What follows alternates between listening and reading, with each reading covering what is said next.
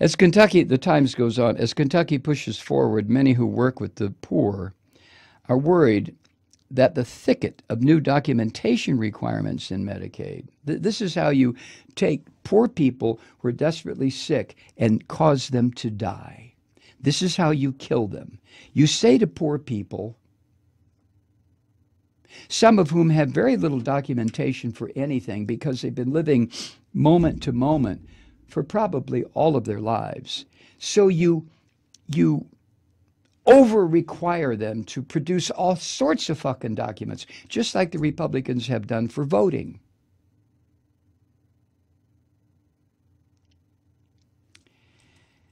This will be daunting for low-income people, the Times says.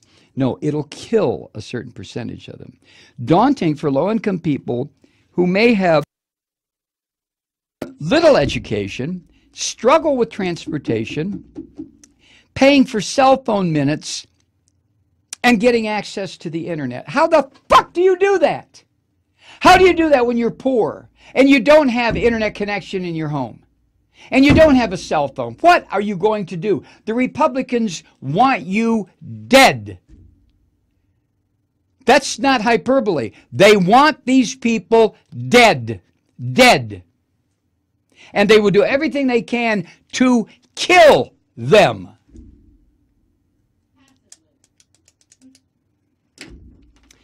Not only that, but the advocates for the poor note that the new rules will add the type of administrative costs and government burdens that Republicans tend to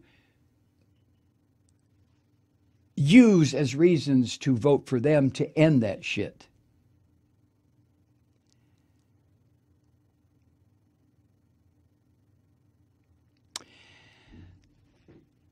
Let me quote a little more. On a recent rainy Monday, Bill Wagner, who runs primary care clinics in poor neighborhoods here being Louisville, Kentucky, listened tensely as a state health official explained how the state, Kentucky, would enforce the complex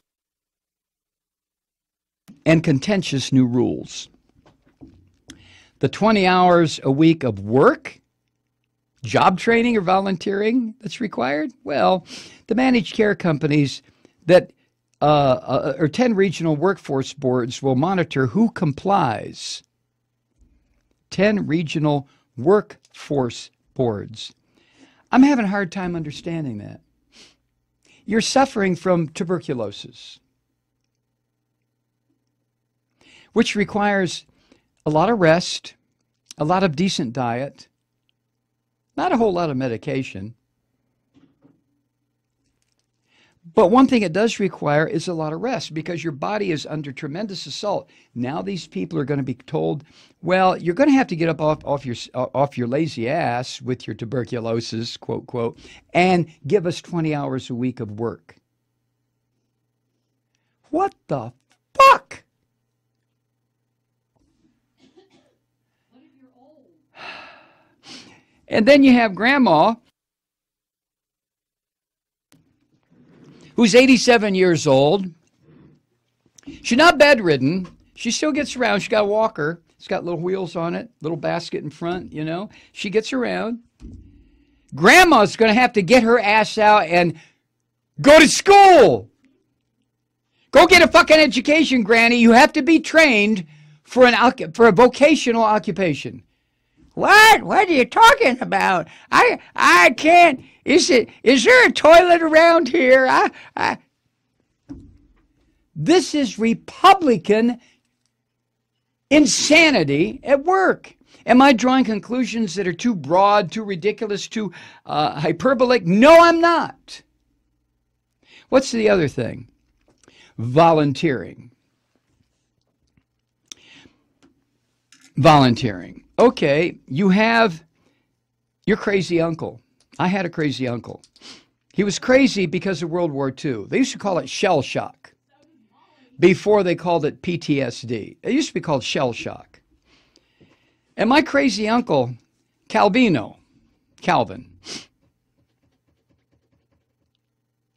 this was before Medicaid, so don't misunderstand me.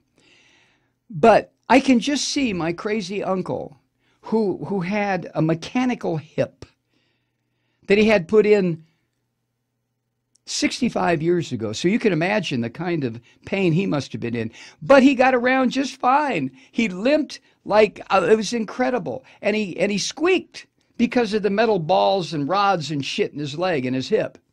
We used to make fun of him, the cousins. Yeah, we did. He used to chase us. He thought it was a joke. He used to chase us with one of his metallic canes. He was going to beat us. But he loved us and we loved him.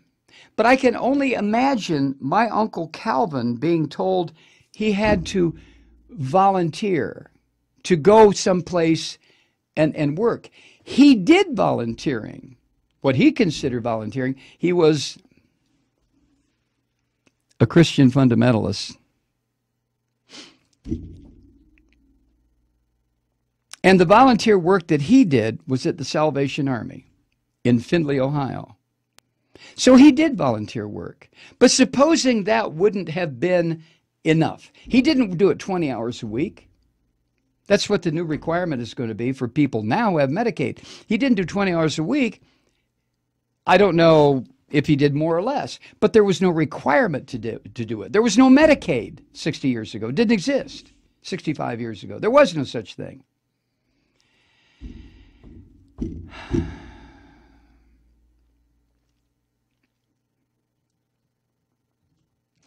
10 regional workforce boards will monitor who complies with the work, job training, or volunteering and who doesn't. Big Brother is going to be watching.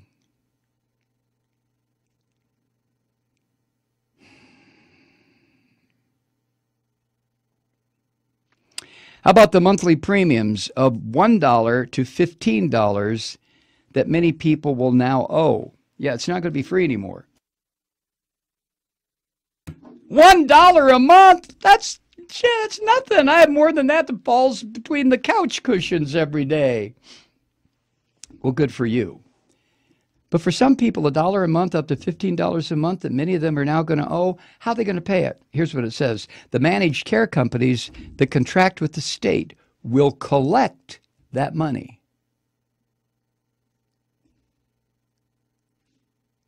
I guess they'll get a few bucks for their 20 hours of work a week. Of course, if they're 20 hours of job training or volunteering, I don't think you get paid for volunteering, do you? Otherwise, it's not volunteering. But never mind. I'm sure it'll work out. So the reward dollars, that's what they're going to call this. Rewards dollars. You get $10 a month. That's your rewards. You miserable poor person. The rewards dollars that many will need to earn to get their teeth cleaned or their vision checked. Right now, Medicaid, there are physicians who will do that. But the rewards dollars, whether or not the Medicaid recipients are earning their rewards dollars will be tracked through a new online platform where Medicaid recipients will also be expected to upload their work, their volunteering, or their training hours. Upload? What the fuck does that mean to an 85-year-old person who's deaf? Upload? Sunday, I don't know what that means. A computer. What is a computer? Oh, well, Granny, if you can't figure it out, fuck you! No more Medicaid. I didn't do anything. I'm just old and sick. What am I going to do? Die? Huh? We've got a budget deficit to take care of, Granny, and you are in the way. You and your ilk. I don't know what to do. Die. Remember when the bitch from Wisconsin, what was her name, talked about death panels? Who was it? You. Michelle Bachmann. Minnesota, I'm sorry. When Michelle Bachmann was screaming around with her ass on fire, running around, oh, Obamacare will have death panels.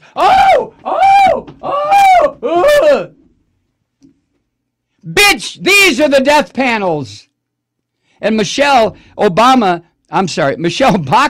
is still waiting for a sign from God whether or not she should run for the Senate. I've got a sign from God for you.